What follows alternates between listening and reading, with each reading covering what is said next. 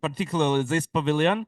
Victoria Kireva, Deputy Minister of Environment and Natural Resources of Ukraine.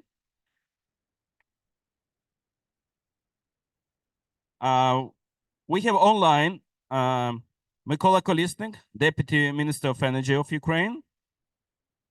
Mykola, welcome. We have Claire Wang, Senior Advisor to U.S. Special Presidential Envoy for Climate. Then I would like to invite Anthony Marino, Chair of the Naftogaz Supervisory Board.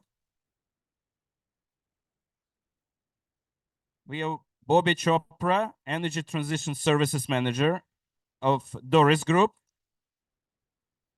Nazar Holod, Net Zero Volt Initiative Coordinator for Ukraine from the Pacific Northwest National Lab.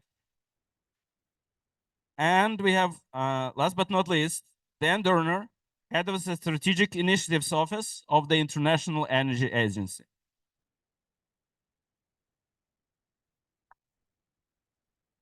So it's my first COP, and I am delighted to moderate this panel. So please allow me to be a bit nervous. But we start with, with things related to policies, because even in the time of war, as Ukraine is under attack right now, right today, we are still focusing on actions to deal with climate change. And what is interesting about the global methane pledge is it is voluntary action. So we are not forced to do this. We are not obliged to do this, but we are still doing this. So my question to Victoria, what policies, regulations, and programs has Ukraine put in place in order to achieve the global methane pledge goal? Hi. Hello. Thank you for questions. Today, the issue of methane emissions reduction is extremely relevant and important for Ukrainian. Methane is one of the most potent greenhouse gas with a short-term impact on climate change that is 8 times stronger than that of CO2.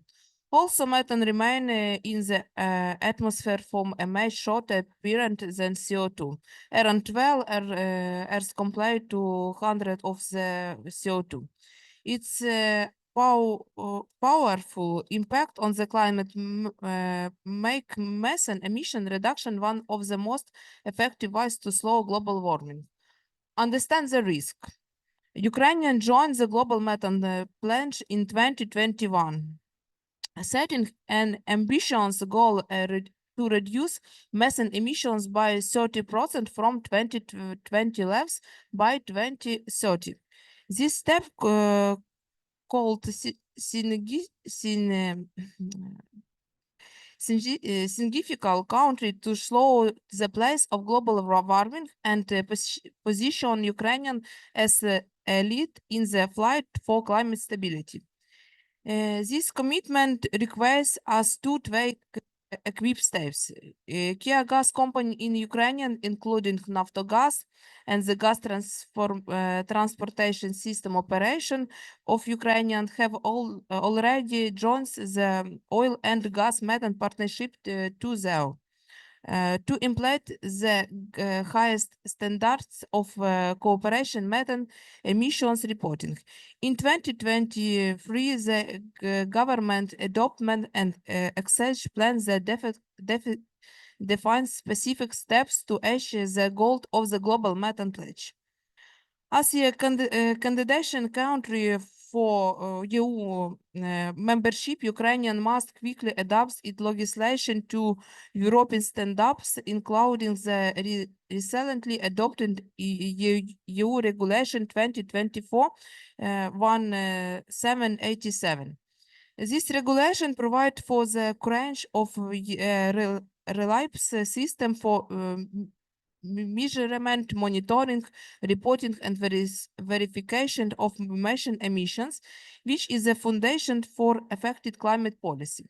Its implementation in Ukraine will be a significant step to harmonization of environmental policies with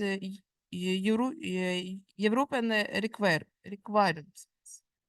Я вибачаюсь за англійський, але навчаюся.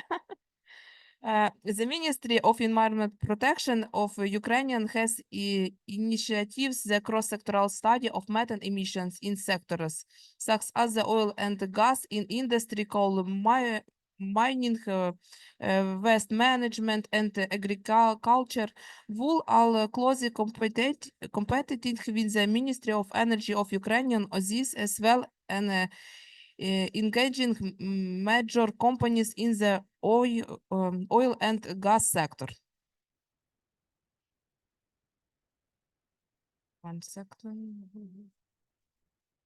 We insect our gratitude to our partners, especially the DiXi Group, for organization and involving leader company in this field, as well as for the comprehensive support and participation in financing the study provided by the International Financing Corporation, the International Energy Agency, the Net Zero World Initiative, and other partners. Дякую, але я хочу трошки українською, да. Now a bit in Ukraine. Yes. Так, дякую, вибачаюсь за таке читання. Тут світло дуже незручно. Більше не буду слухати своїх помічників. Перекладати? Thank you, and apologies. There is some issue with light, so I will not look for my advisors anymore, but yeah. Хотіли надрукувати папір, але ми ж без паперу, ми ж екологічні, тому користуємося гаджетами. Але насправді я окремо хочу сказати, що та робота, яку ми сьогодні будемо обговорювати, яка проводиться саме за сприянням DiXi Group і всіх партнерів, вона дуже важлива Україні. So we are paperless. So I was reading from the computer. So that's why it was some issue with the text. But we are grateful for all the work which is being done by DiXi Group and all the partners, organizers of this event, to deal with methane emissions in Ukraine. Ми тільки на початку шляху, але я від Міністерства захисту довкілля хочу окремо подякувати всім долучених до цієї роботи. І насправді ми робимо дуже велику роботу не тільки для України, а для всього світу. We are on the beginning of this path, but I would like to express the gratitude to all people here because we are doing a great job, not only for Ukraine, but for the whole world. Yeah. Thank you, Victoria.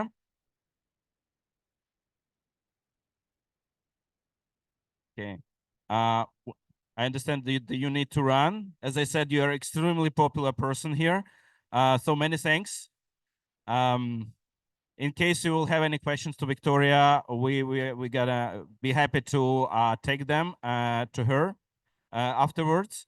And now I would like to invite Claire Wang, Senior Advisor to the US Special Presidential Envoy for Climate. So Claire, now we have like 158 countries in the Global Methane Pledge.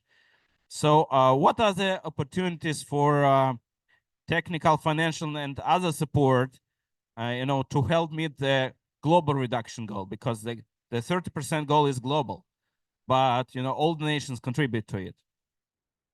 Yes, thank you so much. Can you guys hear me? Yes, okay, perfect. Well, first, thank you so much for organizing this event, and also thank you to Ukraine in particular for your leadership, even in the midst of the conflict that is going on in country. So as you noted, the Global Methane Pledge was launched 3 years ago at COP26 in Glasgow. There are now 157 countries and the European Commission that have endorsed. Over 95% of countries' nationally determined contributions now include methane within their scope. Nearly 100 countries have developed national methane action plans, and there have been numerous additional policies and regulations that countries have established, and even more activities that the private sector has taken on to reduce methane emissions in line with the GMP target of cutting methane from human sources by at least 30% by 2030 from 2020 levels. This has been leveraging innovation and leadership from all sorts of different areas, including new technology for methane management, new approaches for methane mitigation, but overall, just more awareness of this problem and the multitude of solutions that are available to reduce these emissions. Just yesterday, the United States, China, and Azerbaijan hosted a second summit on methane and non-CO2 greenhouse gases, which saw the announcement of over $2 billion in cumulative grant funding that has been contributed or dispersed in the past 3 years, specifically to support methane reductions across all sectors in line with the GMP target.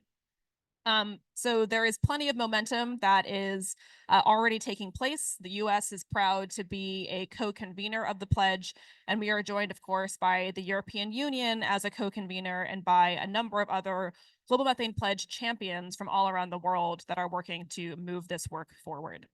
To answer your specific question about the types of resources that are available to help countries reduce methane emissions, and here I'm going to focus primarily in the energy sector because I think that's the main focus of this event. But of course, there is plenty to do in the waste and agricultural space as well.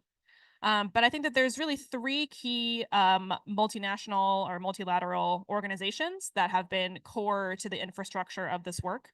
One is the Climate and Clean Air Coalition in the UN Environment Program that is functioning as the secretariat to the Global Methane Pledge.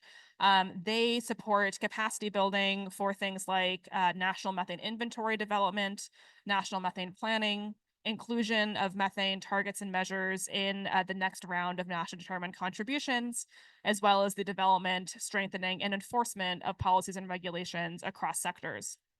A second key organization is the International Methane Emissions Observatory, or IMEO, also in the UN Environment Program. As you might tell from the name, the primary focus of IMEO is on this question of methane emissions data, so improving methane measurement, monitoring, reporting, and verification through frameworks like the Oil and Gas Methane Partnership 2.0, as well as the Methane Alert and Response System, which is the first global transparent system for monitoring very large methane emissions events from the oil and gas sector. And just yesterday, they announced that they'll be expanding this approach to include emissions from metallurgical coal production, as well as the waste sector as well. So for all of your data needs, IMEO is a really key resource for that. The last organization that I'll mention is the World Bank. The Global Flaring and Methane Reduction Partnership was launched last year at COP with $255 million in grant funding, specifically dedicated to reducing methane emissions in the oil and gas sector in developing countries. That fund is now already operational in close to a dozen countries and more to come to work on these foundational efforts to identify and then reduce methane emissions.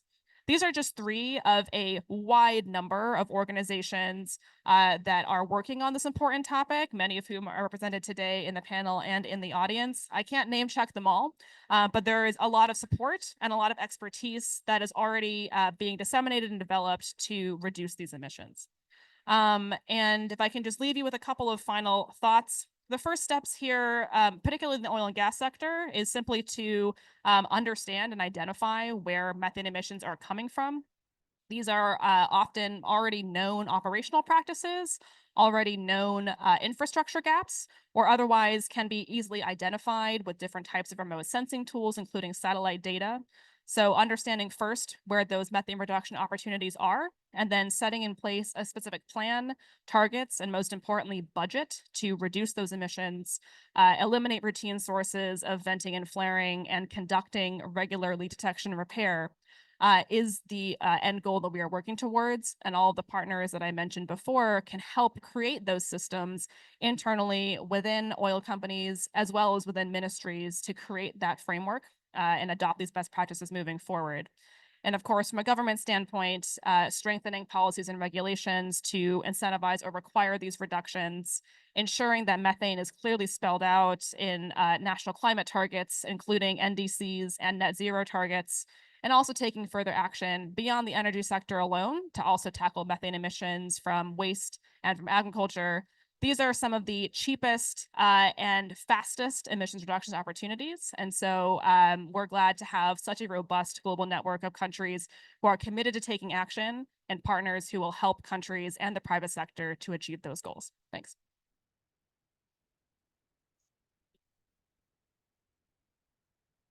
Thank you so much, Claire. It is indeed very relevant for Ukraine as it is preparing its next NDC and planning specific actions in terms of methane emissions reduction. We'll come back to the policy part. Mykola Kolesnik had to apologize because he went to shelter, actually, due to the another ballistic attack on Kiev this morning. So when he is available, we'll give him the floor. And now I would like to invite Anthony to tell more about the industry role and the industry actions in this regard. So Anthony, how much war challenges impacted the Naftogaz green transformation strategy, and which methane reduction efforts have been made towards the net zero goal of the company? Please.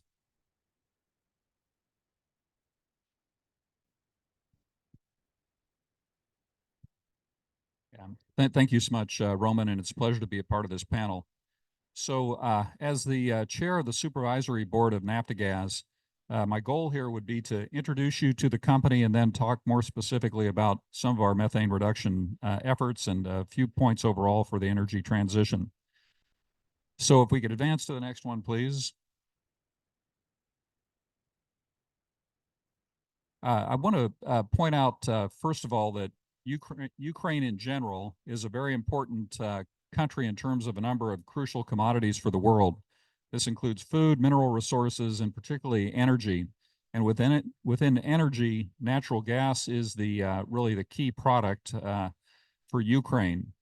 Ukraine is third in developed gas reserves in Europe. It's second in undeveloped gas resources, and we have the largest gas storage in Europe. And I would say we fully expect to be a major natural gas exporter as development proceeds after the war is over, particularly as we develop some of our natural gas resource plays. Next slide, please. So Naftogaz is a key company within the energy sector in Ukraine and really for the economy as a whole. 100,000 employees, we serve 12 million households, and we're very important in delivery from upstream through the downstream in the country. And I'll touch on the rest of these statistics in just a minute. If you go to the next slide, please. We are the largest energy company in the country. We're 100% state-owned, fully integrated, as you can see on this map. We have gas production primarily and oil production to a lesser extent, mainly in the eastern part of the country, some of it quite close to the front line today in the Dnipro-Donetsk basin, and that's about 80% of our production, and the remaining 20% is in the west in the Carpathians. We have a very extensive transit system, gas pipelines that span the country from east to west, oil pipelines from our borders to the western edge of the country and on to the Black Sea. We have gas storage in both the east and the west, but really the vast majority of this is in the western part of the country, mainly on the western border. We're ideally situated there to be the power bank in natural gas for Europe. We already have a number of major European E&P companies and trading companies that use our gas storage service. We're very heavily integrated into the downstream as well, retail gasoline operations and a very large share of gas distribution and a significant share of central heating plant throughout the country, really. And in the renewable area, a growing solar and wind power presence, among other renewable initiatives. If you go on to the next one, and I'll point out here, I didn't mention it, but on the previous slide, we're a very key taxpayer for Ukraine as well. The number one contributor in taxes to the state treasury, about 10% in 2023. And now on to the next one, if you would, please. In terms of market share within the energy industry, we're about 80% of the natural gas production, 90% of the oil production in the country. This is a somewhat less important product to natural gas, a portion of that coming in through our daughter company, Ukernafta. We have 100% of the gas storage in the country, and again, that is the largest gas storage capacity in Europe as a whole, and 92% of the gas distribution in Ukraine. Next slide, please. Very importantly, and to me, very impressively, Naftagaz gas production is rising despite the wartime conditions. I realize this is a transition conference, and we are quite involved in the renewables, but natural gas is a relatively clean fuel. It's very important for the gas transition, and it's quite important today for Ukraine for supply to the population base, and also in our ability to provide, fiscal proceeds to the to the country's treasury. So during this last year of wartime, we've been able to increase natural gas production by 7%. Actually, the second year in a row we've increased production, as you can see on this plot. We did that, of course, under very difficult conditions in wartime. I think it's a tremendous credit to the employees of Naftagaz, who are working in very close to the front lines in a number of cases. They made a number of important conventional natural gas discoveries that have allowed this increase in production. I'm from the North American energy industry, where there's these continual increases in production. I think in North America, the industry gets a lot of credit for being able to steadily produce more. But I'll point out that that Naftagaz in Ukraine has done this under way more difficult conditions than any of those companies face in North America, and actually achieving a greater increase than typically occurs there, again, despite these wartime conditions. And our production is up. The private sector producers in the country, about 20% of the country's share production, are actually down slightly during that time. And as we look forward, I think when this war ends, our gas production can really take off as we engage in resource play development. To date, we've been doing all of this through conventional exploration. We've got the geologic resource to develop unconventional gas as well, something that is really unique in the geology in Europe. And with that resource, I think we're going to be able to have some substantial gas production increases after the end of the war, and Ukraine can actually be a significant exporter of gas, improving the energy security of Europe. On to the next slide, please. The Naftagaz Group has swung to profitability despite the war, and despite providing actually subsidized gas prices to households in the country. And in fact, all of our subsidiary companies have been improving their results. It's this profitability that allows us to make the significant contribution that we do to the national budget. On to the next one. Something we're very proud of in both the supervisory board and the executive board of Naftagaz is that we become what we feel is the leader in corporate governance, reform, and in transparency in the SOE sector in Ukraine. We've had a full board in place for 2 years, 4 independent members from Western Europe and North America, and 3 government reps. And really this improvement in governance, I think, is going to be key to the post-war economic miracle. We know that governance and transparency and anti-corruption efforts are going to have to be the main pillars of the Ukrainian recovery. Moving to the next slide, please. We started in Naftagaz with an emphasis just on oil and gas.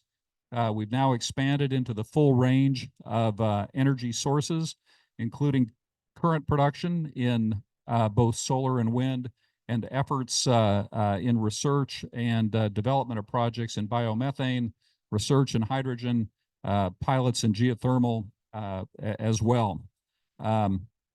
So even as this war continues, and even as we provide for the energy security of the country in terms of natural gas production, we have still been advancing these renewable and transition activities. If we move on to the next slide, please. I'd like to cover briefly our participation. Well, first of all, on this slide, actually, we're pointing out our performance in flaring. Again, I'll speak specifically to methane emission abatement in just a second. But in general, we have been a part of we've had a climate action plan since 2023 for a 2/3 reduction in total greenhouse gas emissions by 2030, with a target of climate neutrality by 2050. We've been part of the OGMP since 2020, and I'll talk in a minute about our reporting and abatement efforts there.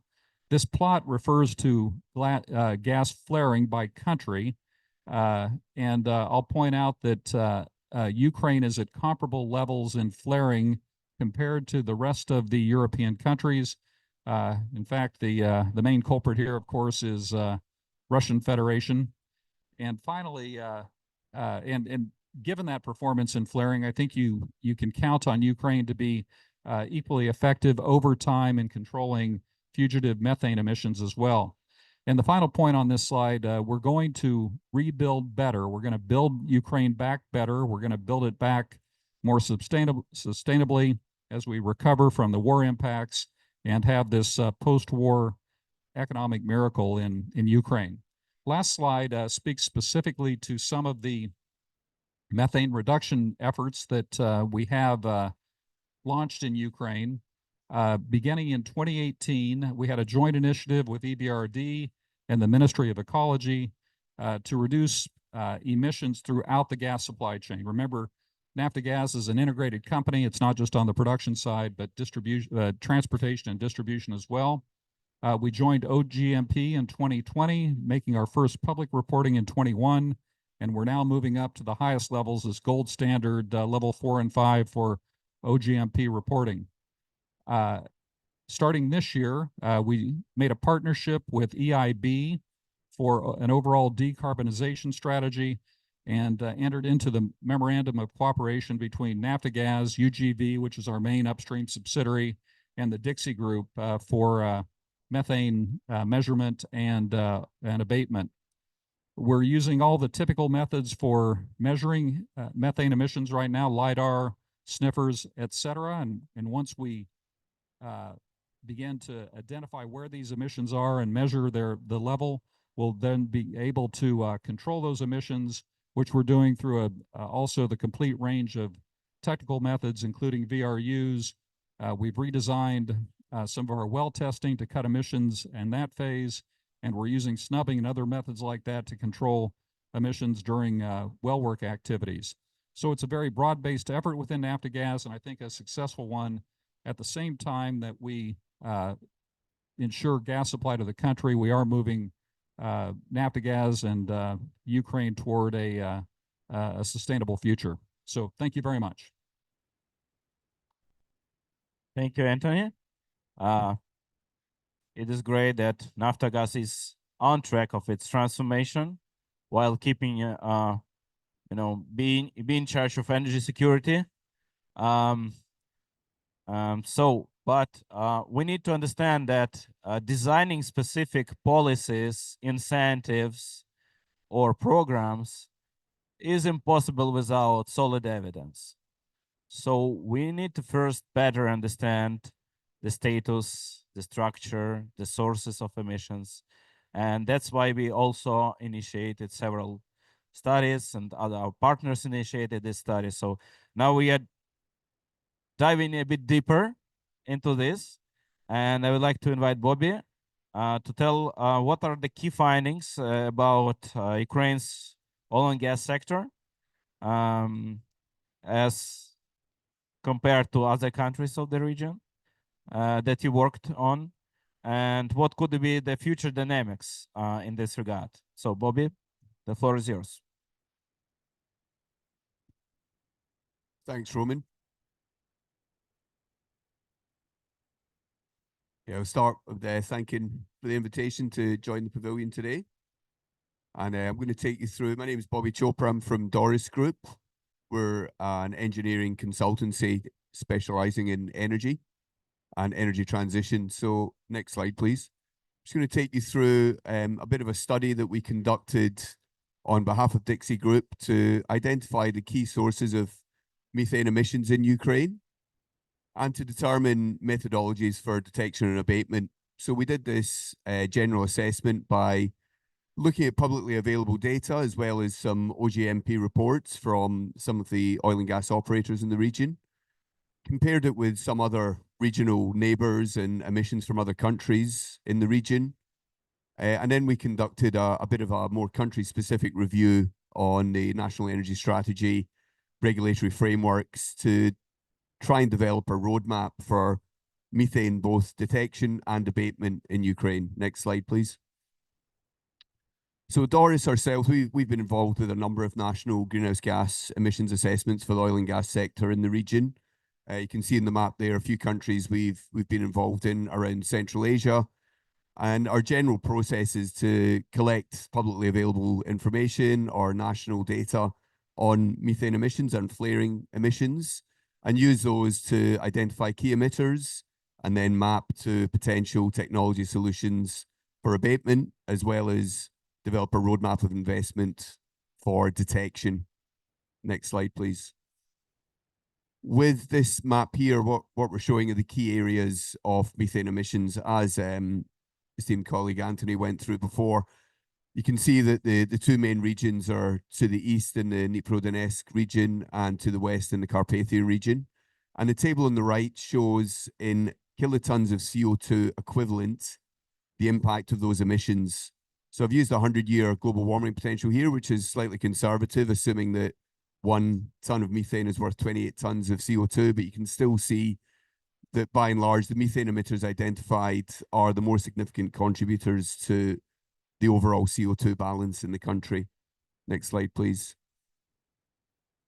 So when we looked at the publicly available data in the chart in the bottom right, you can see how Ukraine compares to some of the neighboring countries. Compares favorably is probably the simplest way to put it. There's a reasonable handle on methane emissions. The data presented there is from the International Energy Agency, and it's a country level upstream oil and gas emissions. You can see the kind of, relative to neighboring countries such as Kazakhstan or Uzbekistan, Ukraine is performing quite well, considering its relatively large contribution to hydrocarbons in that region. The chart on the left shows how those national emissions and asset level have tracked over the last 5 or 6 years. You can see it's relatively consistent. There hasn't really been a downward trend. I think it's as the journey is just evolving in understanding and accounting methane emissions. So there's certainly scope to improve, although it's a relatively modest value for the period, averaging about 35 kilotons from those assets. There's still scope for improvement. Next slide, please. So when we conducted the National Energy and Climate Strategy Review, I'll draw your attention to the chart on the right firstly. So we found that the forecast is for a decline in production, as you can see in the blue, and a slight increase in production, as you can see in the curve in red. So moving to about 2030 to 2031 through to 2036, there's a slight increase in forecast hydrocarbon production. But what was interesting is that there's not a commensurate increase in forecast methane emissions. There's still a decline, and we believe that's due to some of the levers that are put in place through the National Energy and Climate Plan, which includes deploying tools to regulate greenhouse gas emissions, such as energy emissions trading schemes and carbon taxes, which will help to keep those methane emissions on rails during that period of production increase. Ukraine has pledged to reduce greenhouse gas emissions by 65% compared to 1990 levels by 2030, and overall carbon neutrality by 2050, as you can see around the pavilion today. One of the interesting kind of tenets that we found in the energy strategies, which was throughout them, is the ambition to build back better. Obviously, during this time of conflict and difficulty, there was a clear theme that restoration of damaged infrastructure will be done using best available techniques and hence minimizing any methane emissions associated with them. Next slide, please. So now we'd identified the key emitters and the key regions for those emissions. We then ran through a technology screening process. So this is part of our repeatable methodology we've used for a number of countries, where we look at the emitters, we look at the asset type, look at their age, look at their complexity, and then also look at the emissions volume, emission composition, pressure, where the emissions are generated from. And we use those to determine the best available technology to abate those emissions. The process we run through is prioritized. Firstly, if you can avoid at source, you would do so using techniques such as artificial intelligence for plant management. If you cannot avoid, then can you collect? Can you gather those emissions? And if you can gather them, how can you reuse them? Is there a way to use it for generating electricity, as we heard earlier today? Is there a means to use it for an alternative fuel to monetize if there's a significant volume of methane emissions? We've seen in other instances it could be used for fuels such as compressed natural gas or micro GTL. And finally, if there is no such ability to collect and reuse or monetize, then we would look at disposal methods. Next slide, please. Here's some examples of the typical technologies that we consider. In the top left, leak detection repair is absolutely fundamental. That's the most simple and effective means of getting a handle on methane emissions. It's hand in glove with measurement, reporting and verification, with the detection part. And repair is just simply efficiency and good practice for all operators. As I mentioned before, in the event that you would like to reuse, you could use certain technologies such as a microturbine, which is a small scale energy generation equipment. You could use more conventional gas reciprocating equipment. AI plant management, I mentioned. We've also heard from a couple of speakers today around vapor recovery units. This is something that's becoming more and more prevalent for fixed storage facilities. With fixed liquid storage, there's a general breathing of methane gas unless that vapor is recovered. So vapor recovery units are proven, robust technology that's often recommended in instances where there are significant or measurable tank venting emissions. And finally, in the bottom right, you can see equipment upgrades. And as Anthony referred to before in his speech, there are techniques such as snubbing at gas wells, there's other techniques such as compressor seal repairs or changing compressor seal systems. They're the kind of equipment upgrades that can address those continuous and designed leaks or emissions of methane. Next slide, please. So when we looked at the various emitters we'd identified, we were able to map across those various technology solutions to see which would be most appropriate. The next step in this would normally be to conduct economic modeling. At this stage, we've just produced a panel of solutions and will continue further engagement with the operators to understand the nature of their emissions and which would be most applicable for the sites that we've identified as key emitters. Next slide, please. So with now understanding the region, the key emissions, the emitters, an assessment of the volumes and ascription of those volumes to those emitters, the next step was then to undertake a detection technology assessment. So Doris has engaged with over 20 methane detection equipment vendors worldwide, as well as detection techniques. There's also deployment vendors, so the means by which you deploy the technology. And through that, we've produced these matrices that you can see. The matrices just look at those different deployment techniques or detection techniques and compare them against environmental factors, such as would they be more appropriate for a regional level assessment, more appropriate for an asset level assessment. And using those, we can develop a roadmap for methane detection.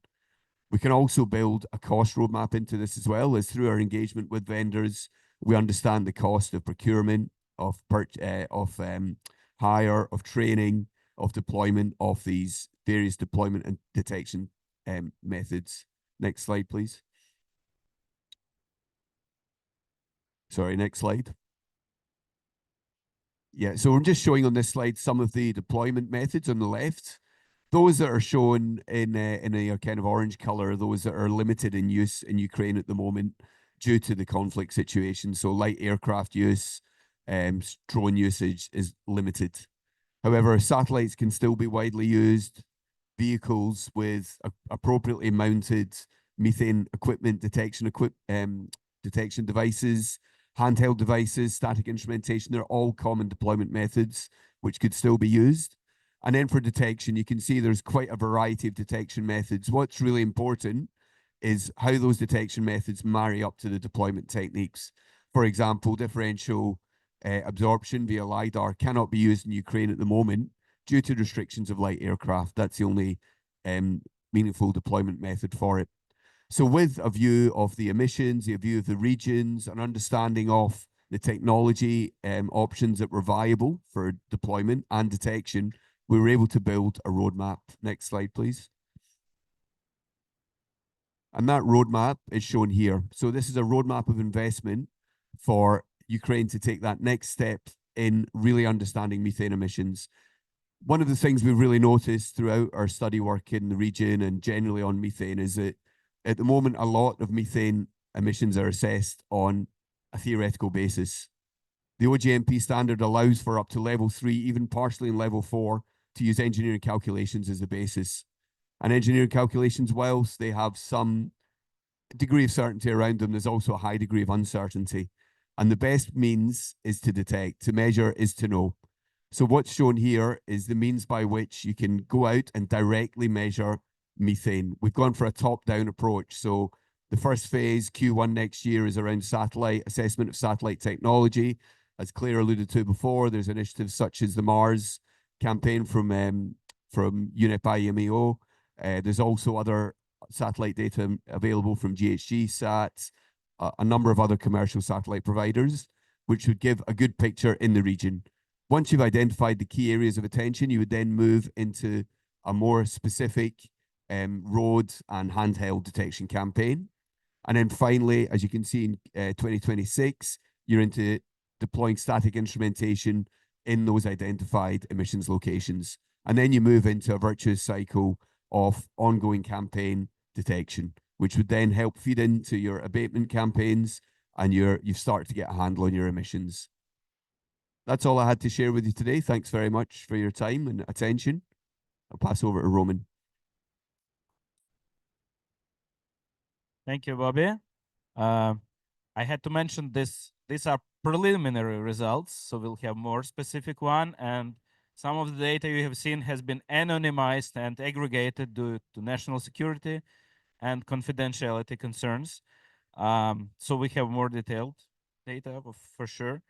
And I would also express my gratitude to the U.S. Agency for International Development for supporting this tremendous work.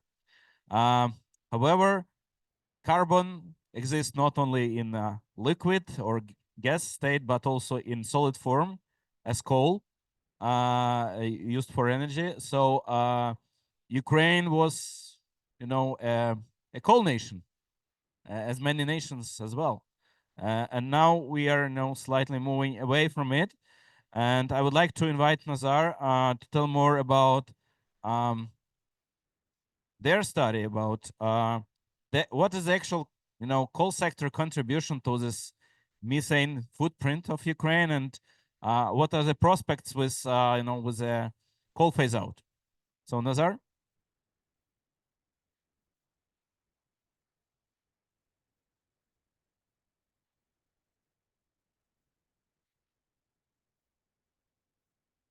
Thank you. My name is Nazar Holod. I am a scientist at Pacific Northwest National Lab at the U.S. Department of Energy, and I'm also a country coordinator for the Net Zero World Initiative. So Net Zero Initiative is a flagship initiative of the U.S. Department of Energy. We are working with several selected countries to develop a comprehensive decarbonization strategy, and Ukraine is one of those net zero world countries. So the Ministry of Environment invited us to support the efforts of the government of Ukraine in reducing methane emissions. So we decided to partner with our colleagues in Ukraine and to focus on those gaps that we see. I'm going to talk about coal, though we are working also with oil and gas and across other sectors. Slide, please. So why coal is important? I'm going to make a maybe 3 key points. Why coal was important and still important, why it's so difficult to deal with coal, and what could be done. So historically, Ukraine was the one of the major coal producing country in the world. It has 7th largest coal resources. it used to produce over 200 million metric tons of coal in the 70s.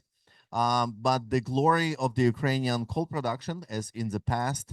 You can see that after the collapse of Soviet Union, coal production significantly dropped. And then when the Russia started invasion in 2012, so that's started with the significant occupation of Ukrainian coals in Donbass.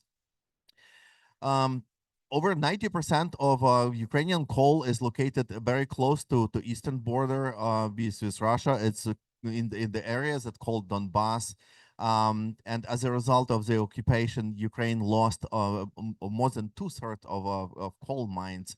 So now if you can see that the coal production is very, very small compared to what we had.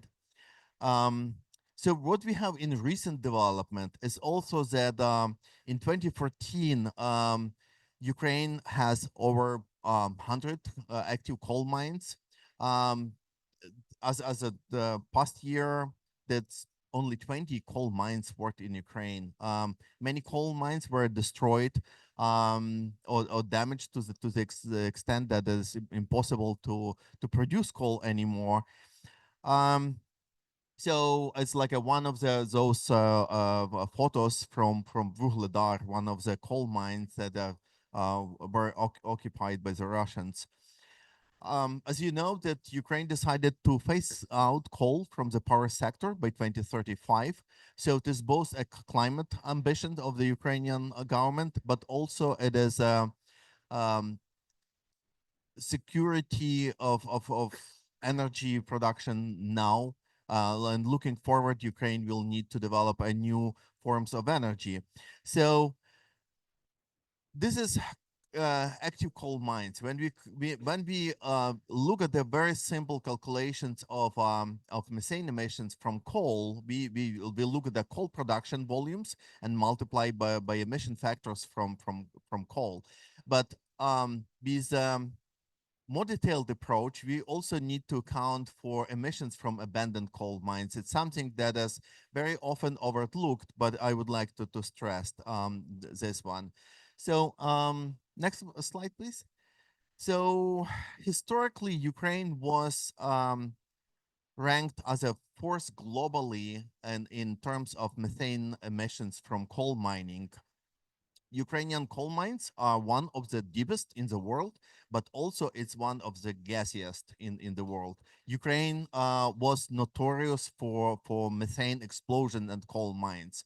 So something that I want to really to ask whether you know it. Did you know that the Soviet used a nuke to release methane emissions from coal mines? In 1979, the Soviet Union detonated a nuclear bomb in a Yunkom coal mine to release methane. The theory was that the explosion will release methane that is accumulated in coal strata, and then production will be safe. So they exploded this nuke. But then within the very short period of time, methane emissions returned to the same level as before. So even nuclear explosion didn't help with reducing methane emissions. So we already discussed that Ukraine joined global methane pledge. Also, it's adopted a climate law with the aim to achieve climate neutrality.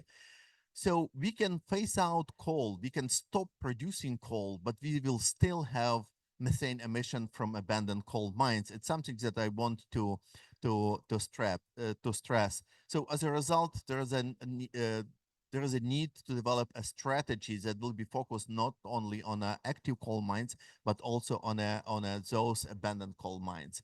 So what we did with our colleagues, with the partners in Ukraine, as you know that you probably know that net zero world supported modeling for the National Energy and Climate Plan. We worked with the Institute for Economics Forecasting to develop these two scenarios for NECP.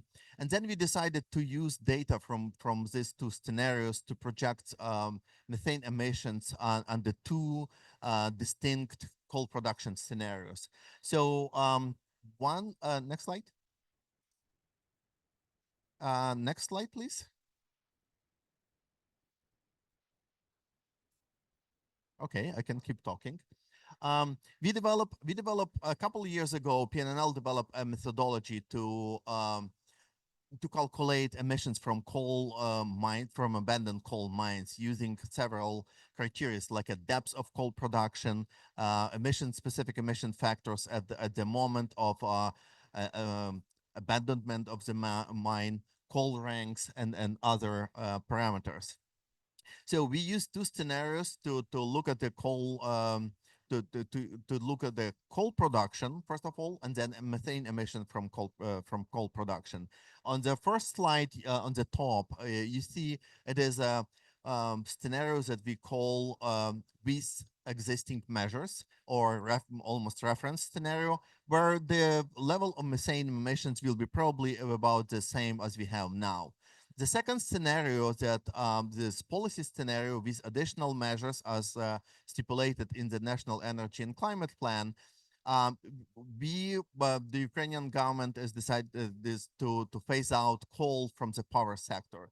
You may see that the dark green shows the emissions from active mines, but then we have a significant share of emissions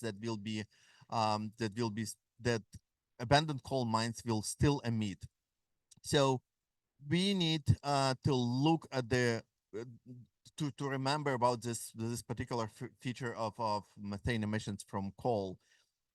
In the policy scenario, it's possible to reduce methane emissions about by 75%, but still 80% of methane will come in forms of AMM, or abandoned mine methane.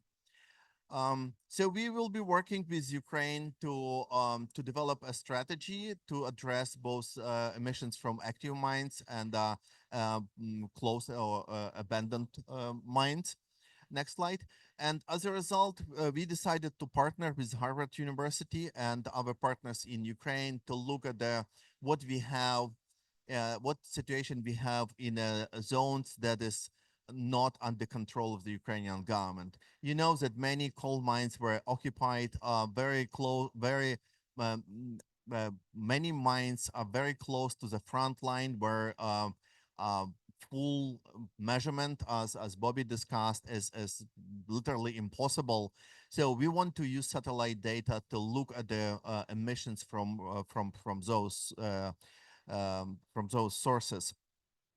Harvard uses the integrated methane inversion model, something state-of-the-art model that currently is in beta testing.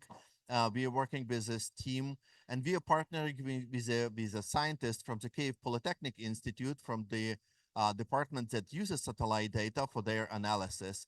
And our idea is to have the comprehensive picture what is going on over those territories where not under control of the Ukrainian government.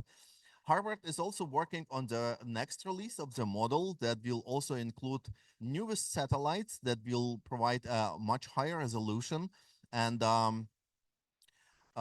yesterday was a presentation from NASA where they discussed about their steps in developing new tools, new instruments for methane detection. So for that, we want to partner with Harvard, with other Ukrainian colleagues at the Kyiv Polytechnic Institute, to develop a comprehensive analysis of methane emissions over all territories of Ukraine. And so what is needed for this? First of all, we need to improve measurements at active and abandoned coal mines where it is safe, where it is possible to do, and use satellite data to monitor emissions. We would need to create a national register for all coal mines. Ukraine has been producing coal over 150 years. And there is many abandoned mines where we do not their status, we do not know the level of emissions. So it is something that will be needed. Ukraine used to have the largest number of joint implementation projects at the Kyoto Protocol.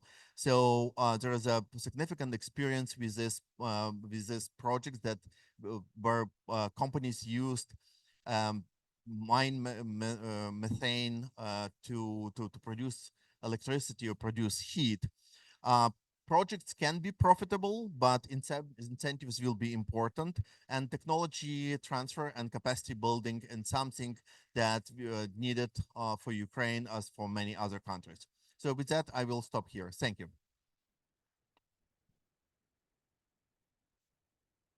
Thank you so much, Nazar. It is indeed such studies, such data, which should guide specific policy decisions, specific technology application, and specific investment. International Energy Agency is, I think, one of the champions which advocates to come from pledges to action. At least the executive director, Fatih Birol, has been pressing the governments and pressing the GMP champions for it, at least during the New York Climate Week. I heard this a lot. So Dan, do you think like Ukraine is on the right track here? And what could be helpful in overcoming the challenges that you heard today? Please.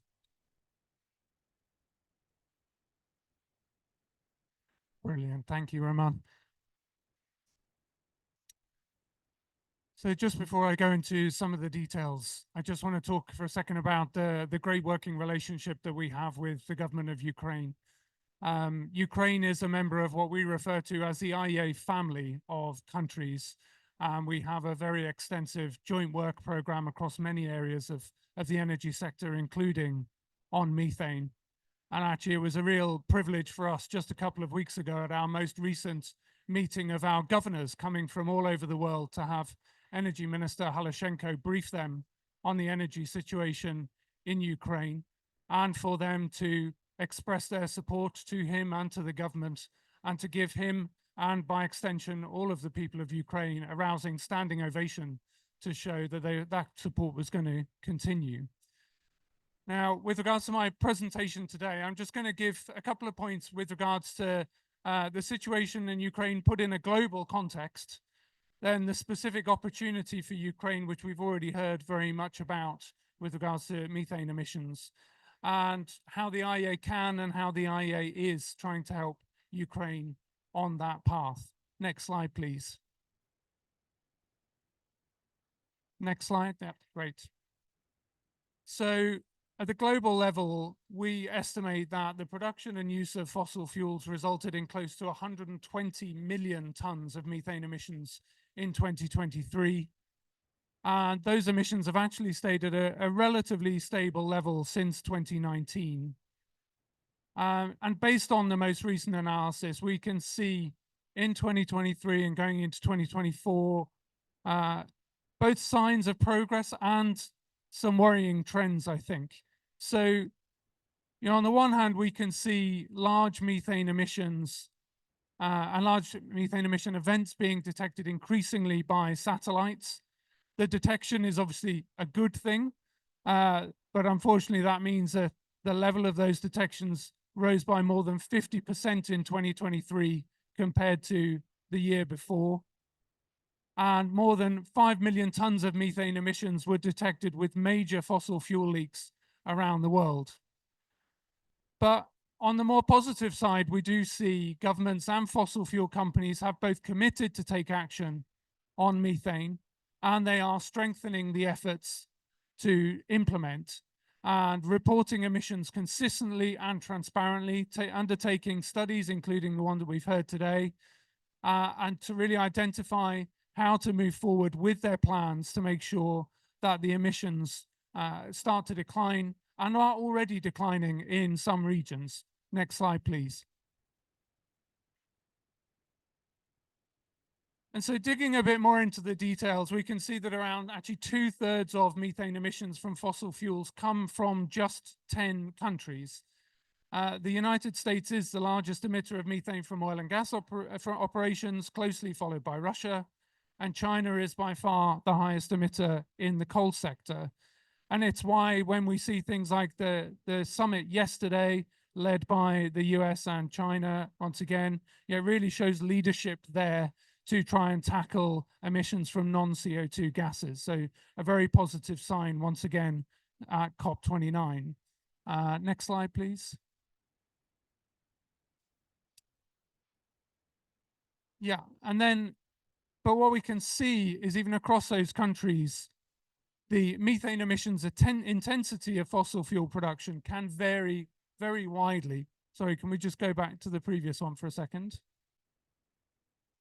Thanks.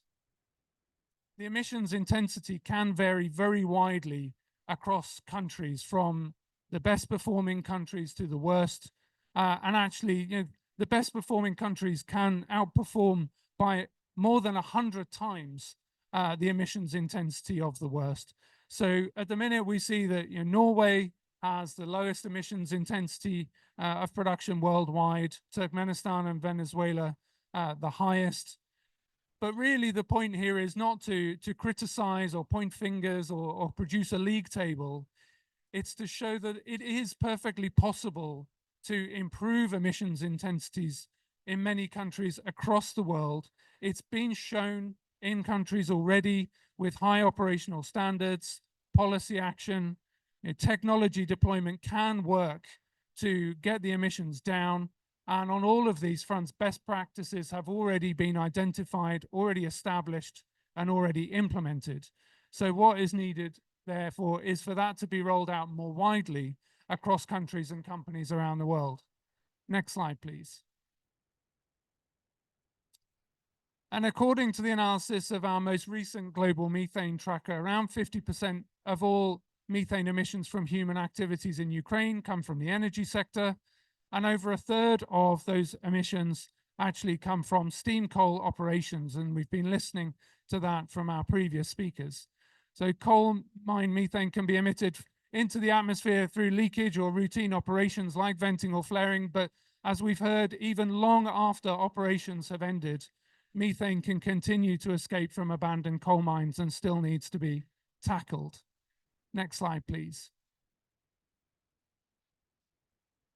And what we see is there are plenty of effective abatement opportunities abound across the fossil fuel industry and being utilized in different parts of the world. The technologies and measures to prevent emissions in the energy sector are well known. They're already being deployed. And globally, we estimate that around 40% of those 120 million tons of methane emissions from fossil fuels can be avoided at no net cost. And actually, many of those reductions are also very cost effective. The additional methane captured can often be sold or used, generating revenue that can cover the upfront expenditure or more than cover that upfront expenditure in abatement technologies. The IEA has actually launched a fully open access model on methane abatement that underpins a lot of the insights that we share in our global methane tracker. And the intent there for that model is so that countries can input their own data into the model to get a tailored assessment of the cost-effective abatement measures that are available and suitable for them. Next slide, please. So as I said, the IEA is already working with Ukraine in this area and also ready to support and do more. Our global methane tracker is updated every year and provides detailed estimates of methane emissions by region and country, and includes information about abatement options and a policy explorer tool so that people can see what policies are being deployed in different parts of the world to gain inspiration for their own circumstances and not feel that they have to reinvent the wheel. We've also released dedicated regulatory roadmaps and toolkits to guide policymakers step by step in developing their policies and regulations for the oil and gas and coal industries in their jurisdictions. And these how-to guides are available in both English and Russian and freely available to download on our website. We're also pleased to offer Ukraine capacity building and policy support for the government as it looks to have a coordinated approach with industry on methane abatement. Next slide, please. So just a quick summary really about the different areas and the different opportunities of what more the IEA can and is happy to offer together with our international partners. The IEA tries to leverage our international expertise and our convening power and the knowledge of our stakeholders, bringing them all together from companies, governments, financiers, regulators, scientists, data providers, and more in dialogue on this important issue to make sure that they can develop the most effective actions and implement them as quickly and effectively as possible. And so together with our international partners, we stand prepared to continue to facilitate Ukraine's government and industry efforts to tackle methane emissions and to keep Ukraine and the world on track to meet their climate and energy goals. Thank you very much. Thank you, Dan. We highly value our partnership with IEA and your support. So now we're over with the presentation. So please, the speakers can come back to the seats. And now we start a round of discussion. So I would like to, to reflect on what was said. So the first one would be Alfredo Gonzalez, Deputy Director for International Methane at the Clean Air Task Force. He would be speaking on behalf of Jonathan Banks, who is also here, but unfortunately lost his voice. Jonathan, you have the voice. Everyone has the voice here at COP. But yeah, Alfredo, please.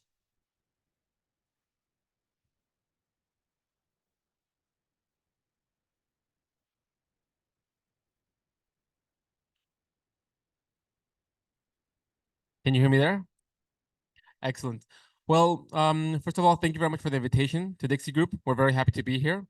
Thank you as well to all the panelists. I've learned a great deal from all of you today. We haven't worked in Ukraine, but I'm super happy to learn everything that you're doing and congratulate you on all your excellent work. CATF is a NGO. We work globally around the world on all of the issues that you have mentioned, and we are seeing a tremendous amount of progress here. So reflecting a little bit on what everybody has said, and I'll just step back before that, just to talk a little bit more about CATF. So CATF works to drive policy implementation. We also have tools to develop methane inventories and understand the mitigation actions. So understanding the technologies which you mentioned before that are applicable. And we also support countries pro bono to help them have capacity building. So clearly Ukraine is sort of very advanced at this stage. We, together with the Climate and Clean Air Coalition, we have a strong partnership. We recently have a fossil fuel regulatory program to continue supporting countries worldwide on this issue. And thanks to the UK, we have more funding available to do this. So now sort of trying to reflect a little bit on what everything has been said. As Ukraine begins to build better when the conflict is over, what we are seeing is that policies will have to be put in place in order to have zero and low emitting technology. This is especially important as the EU has the methane import standards, which will be requiring exporters of gas to Europe to meet certain monitoring, reporting, and verification standards. So I think this is especially important as Naftogaz Group mentioned, there is a vision to increase production and to make use of additional resources. And so as these resources are produced to supply the energy demands of Europe, it is important to have policies that meet requirements of the EU. CATF advocates all the countries to have methane regulations in place. This is important because companies are very good at implementing within their own companies, but it's important for governments to be able to have oversight and make sure that all of these things are actually being met. And I think my final comment, and just to close, we encourage a very strong coordination among all of the initiatives and among all of the stakeholders to ensure that all of the policies that are put in place have the buy-in of all of the government, all of the stakeholders, and are poised for success. So with that, thank you very much for your time, and I'll hand it over back to you. Thank you, Alfredo. Yeah, for all other contributions, please don't hesitate to ask the speakers while you're reflecting. Alfredo mentioned the EU upcoming policy or new policy, and I'm happy to invite Henry Winkle, International Relations Officer of DG Ener, European Commission. Thank you very much. And thank you very much for the introduction. Oof, well, the program billed us as experts, but there was a lot of data and a lot of really interesting facts and snippets in everything the main speakers have just said. So it's a bit difficult to come up with questions to things you haven't already answered. No, but just to comment, it's of course really good to see that from the first speaker, the Deputy Minister, that Ukraine is already looking at how to implement the EU methane regulation in the context of the EU accession process, and of course also through the energy community as we go forward, and we look at incorporating the methane regulation into the energy community process. It's also been good to hear about how Ukraine is working as part of the Global Methane Pledge, and of course how Naftogaz is as we're already well aware, an important member of and an active member of the Oil and Gas Methane Partnership 2.0, and also how Ukraine is addressing, even in wartime, even during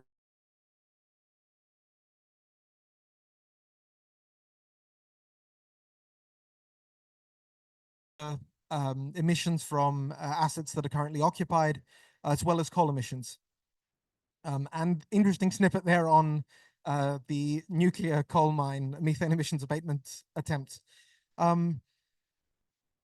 No, so I think my question to the panel would then be, how do you see over the next 5 years or so, what do you see as the most impactful actions that Ukraine can take in view of everything to reduce its methane emissions as effectively as possible, also in view of the MRV, but then also LDAR requirements under the EU methane regulation when Ukraine implements it?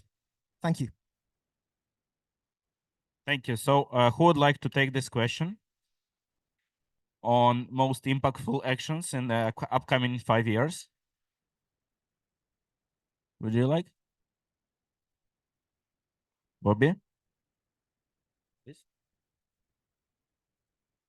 Okay, so from the analysis that we'd conducted, we can see that Ukraine is on the start of its journey on the Global Methane Pledge. You can see there's some uptake on OGMP reporting, but this needs to accelerate. It needs to get up to the gold standard, which Anthony referred to before.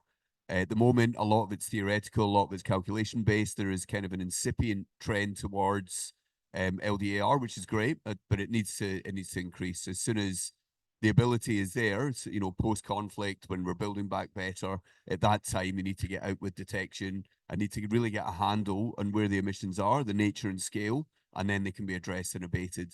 And I'll hand over for the coal mines, because I think that's just as interesting. Yeah, thank you, Bobby. I completely agree. So something that would be needed is data. We need to focus on super emitters on sites where they emit a lot, right? About 90% of all emissions probably comes from 10% of all facilities. So we need to identify those facilities to know where we need to put our efforts. First of all, some facilities may still emit methane, but it will be really difficult to capture them, to abate those emissions, right? But if we focus on high emitting sites, that would be the most impactful things that what we can do. So for this, data is very important. We will need to focus on collecting, analyzing, reporting data to understand what's going on. and to prioritize our actions. That would be the most impactful thing that all oil and gas community should do. Thank you. Thank you, guys.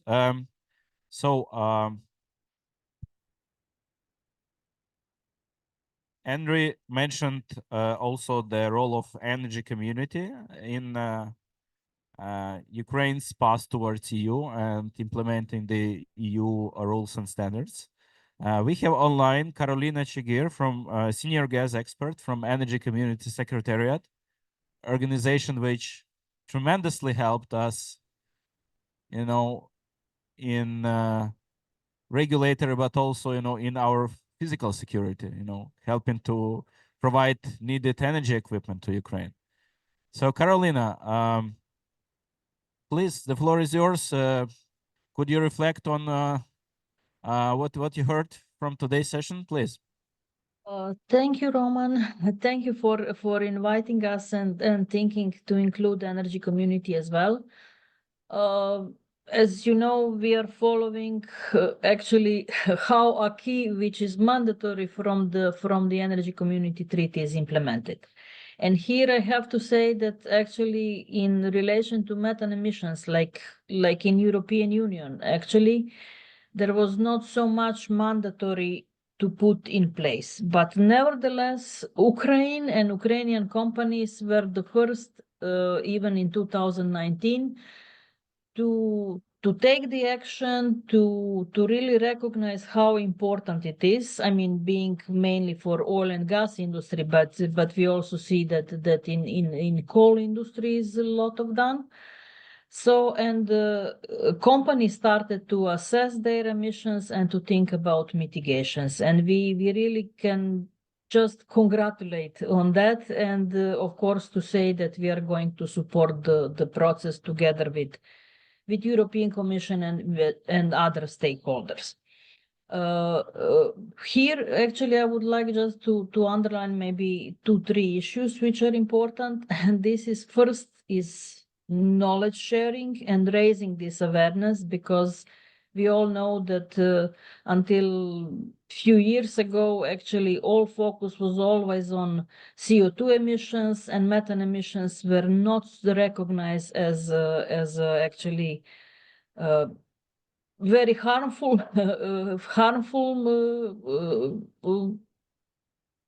gas in the atmosphere, and actually very powerful in reduction terms, because with lot of actions this can be reduced.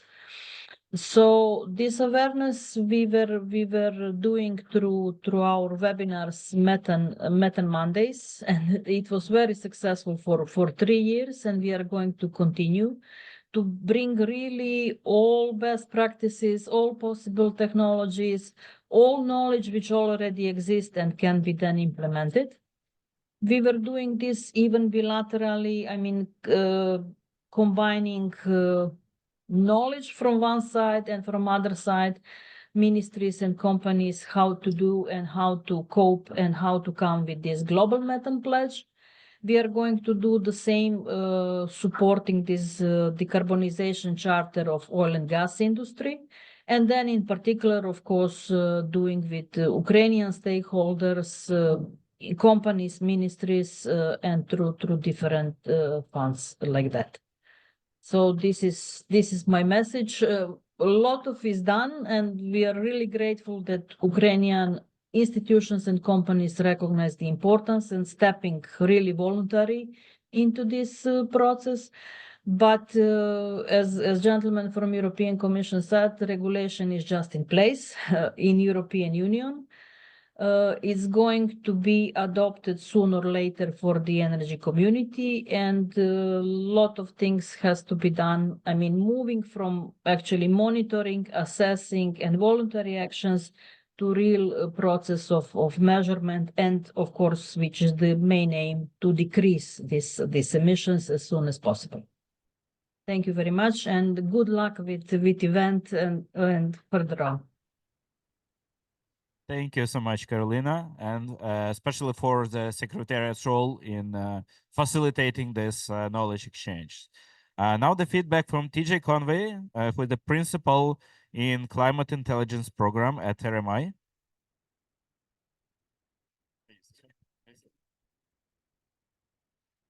Can you hear me? Great, thank you. Thank you so much for giving me the opportunity to speak. I'm with RMI. We're an energy and climate-oriented nonprofit organization. I focus on oil and gas climate solutions. I lead our team at RMI.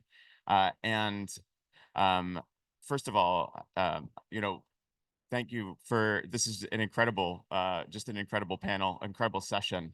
It's, I'm just kind of in awe of everything that Ukraine has done over the last several years with a range of stakeholders. And we're thinking about, when thinking about, how to tackle the methane issue, so many things are already being done in spite of all of the challenges. So I cannot commend the efforts any more than that. It's just amazing. From RMI's perspective, we seek to increase visibility around oil and gas emissions and also drive direct decarbonization informed by that knowledge and work. And I can't add too much more to this conversation already, but I think what I can say is that there is very, very, very strong momentum now in advancement of what we call emissions visibility globally. And I think we have seen this on display today with so many different organizations that are contributing to Ukraine's efforts. And the NGO community has played an important role as well. So we work with, we're a consortium partner with Climate Trace, which I see was cited here. We also are a consortium partner with Carbon Mapper, which is a satellite, which has just launched a satellite over the past couple of years. This work, I think, can continue to support the overall efforts.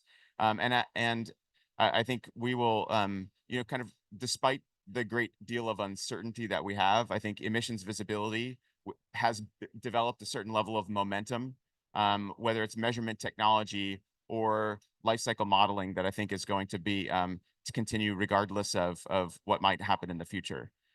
Second, in terms of just the driving direct decarbonization focus of our work, there's, I think the European methane legislation is incredibly important and speaks to the fact that demand signals are driving change across the entire supply chain.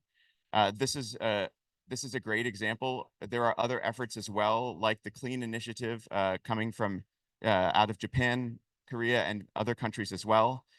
And there's also a range of incentives. We talked about World Bank financing, but also there are efforts across a range of stakeholders to further find ways for methane abatement finance to play a growing role. And I think that we'll see more about that in the next couple of months. So stay tuned.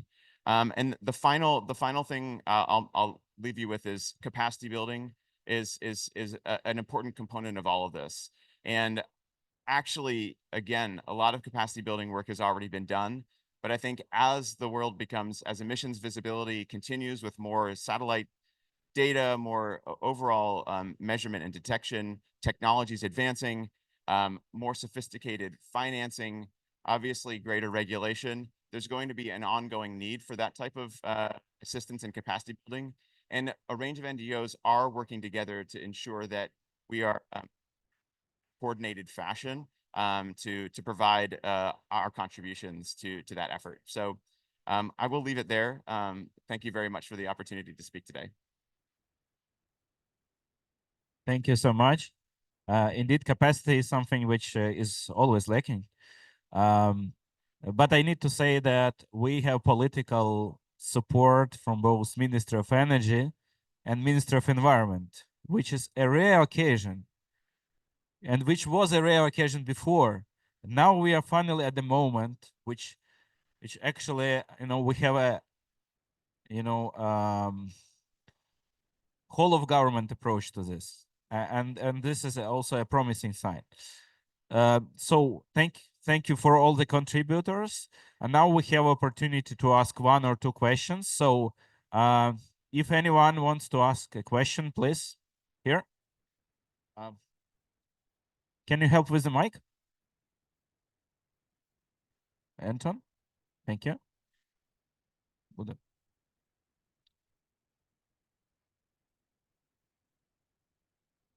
Раз. Yes, thank you very much. My name is Lennart Klerk. I'm lead author of the initiative on GHG accounting of war.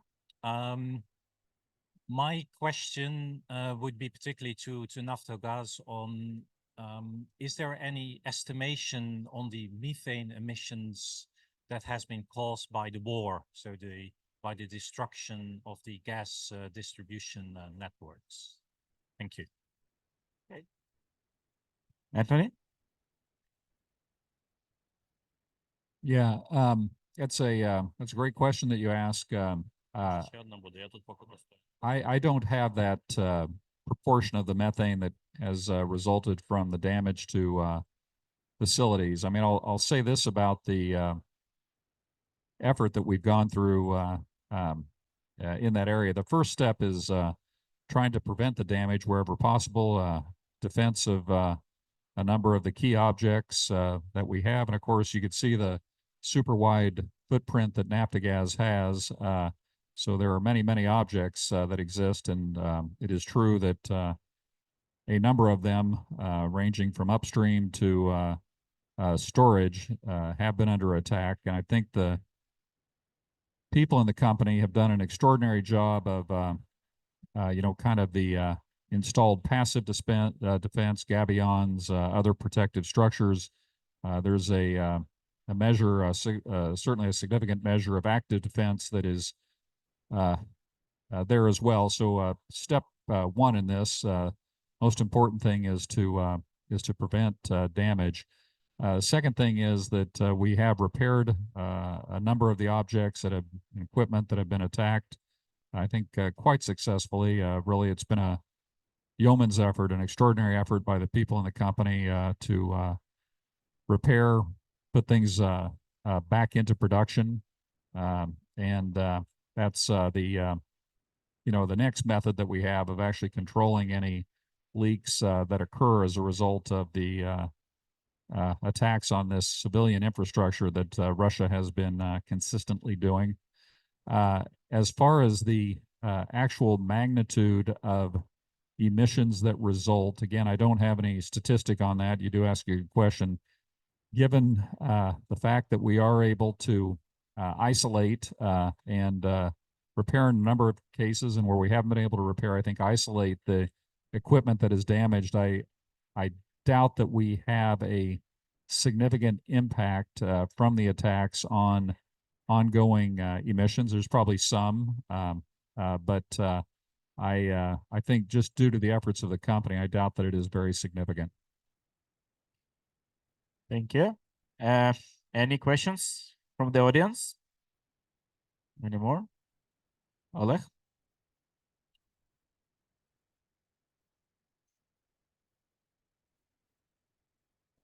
Thanks. I have a question to Mr. Donner regarding the scope of future work that you foresee in the EIA, and what kind of focus you would foresee for like next 1 or 2 years, and are there like available resources or I don't know, capacity building programs that could support research in Ukraine and get more people in this quite important field of research and actual practical development by implementing the technologies for abatement? Yeah, thank you for the question. It's a great question. I mean, look, when it comes to energy action, we're an all fuels, all technologies agency. So the landscape that we can partner with Ukraine on is a very broad one. And there are no limits from our perspective. It's very much kind of demand-led perspective of how we can best help Ukraine in the near term and in the longer term. Obviously, in the near term, a lot of it is about trying to give you real-time technical advice and capacity building to ensure that the system remains resilient and robust, but also trying to put in place the longer-term capacity strategies and plans so that then, as everyone said rightly, we can build back better. We can look to make sure Ukraine puts in place the energy system that it wants over the longer term. So all of our members have been fully supportive of us building and growing our work program with Ukraine. We've got great partnerships with our friends there. You know, I think when you look at the areas of work that the IEA tends to focus on, we're very much about starting with the data, make sure we have the information, the facts from which then countries, policymakers can take the decisions, but then building that into detailed analysis, modeling, technical advice based on the direction that a country wants to go in, taking that through capacity building, investment, finance, and tracking, and then making sure that we're completing that loop all the way back round, and that tracking then feeds into the data again and all the way through into the policy solutions again. So with regards to our partnership and working with Ukraine, all of those things are absolutely part of what we envisage in our work program. Thanks.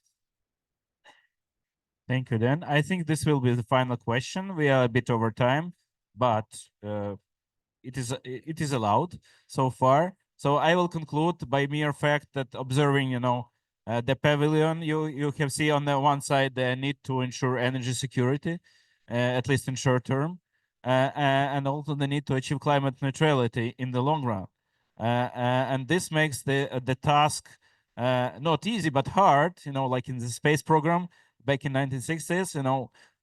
That's why we are doing this. Even voluntary. Ukraine is a responsible member of international community, which is based on the rules, not on brutal force.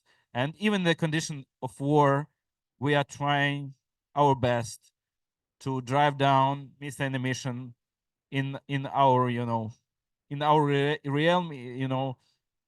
what's under our control, and thus contributing to the global efforts here. And we would need on this path, we would need any support we can get. And I would like to express my deepest gratitude to all the international partners which support us, and all the initiatives and all the opportunities which are ahead of us. I would like to thank U.S. Agency of International Development for supporting our work in this event. I'd like to pay gratitude to the teams of DiXi Group, Net Zero World, and International Energy Agency. Of course, I would like to thank the Ministries of Energy and Environment of Ukraine for political support, which is evidenced here. And I would like, of course, thank our tremendous and fantastic speakers and contributors. Thank you.